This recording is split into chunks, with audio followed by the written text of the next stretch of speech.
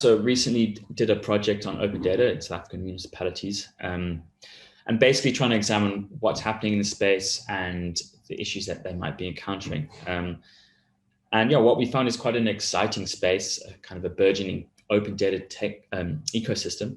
And there's various organizations, like I'm sure you've heard of Open Up and Open Cities Labs and the Social Justice Coalition. The South African Cities Networks are getting involved and really kind of pushing an open data agenda. And VPUU also doing some great stuff around open data with their city spec.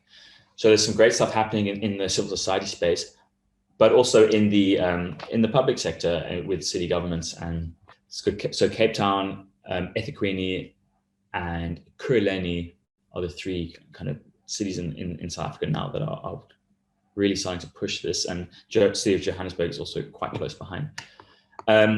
So yeah, some of the, I guess the foundations is kind of what I was looking at, what's needed to really kind of drive these platforms within a municipal context.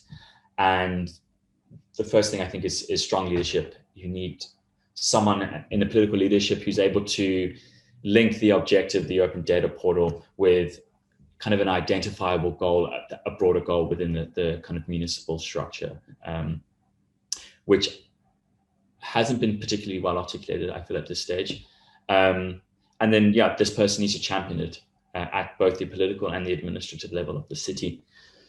Another thing is for making open data effective, we need to balance the supply and demand of open data. So what I mean by that is, just because data is open, it doesn't mean it's accessible. And I don't just mean in the sense of having internet connectivity to download a data set, but also having kind of an understanding of how to use that data to inform decisions. And essentially that's what the purpose of that data is. It's to help create more informed decisions.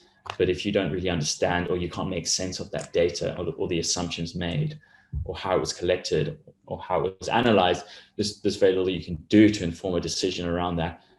So that's something that came up with the research too, is just, instead of a municipality putting out a bunch of data sets that might have very little meaning or kind of be very difficult to kind of decipher, trying to understand how that data could be used by someone in an informal settlement or someone in the suburbs that's trying to make a difference and trying to improve their living situation. Yeah. Another key aspect is capacity development within local government. What is great about the open data portals in the city governments is that it has really developed and pushed kind of a capacity development agenda around technology, around data sharing, around data skills, basic data skills. But it was a significant issue for many of the municipalities. And what ended up happening was the requirement of basically needing to partner with an organization like South African Cities Network, or OCL, to really kind of bring in that outside expertise to help them develop those platforms. Yeah, but I think, future prospects, I think it's a really exciting space. The civic tech space in Cape Town, or South Africa more generally, is really, it's an exciting space, and there's some really great people involved.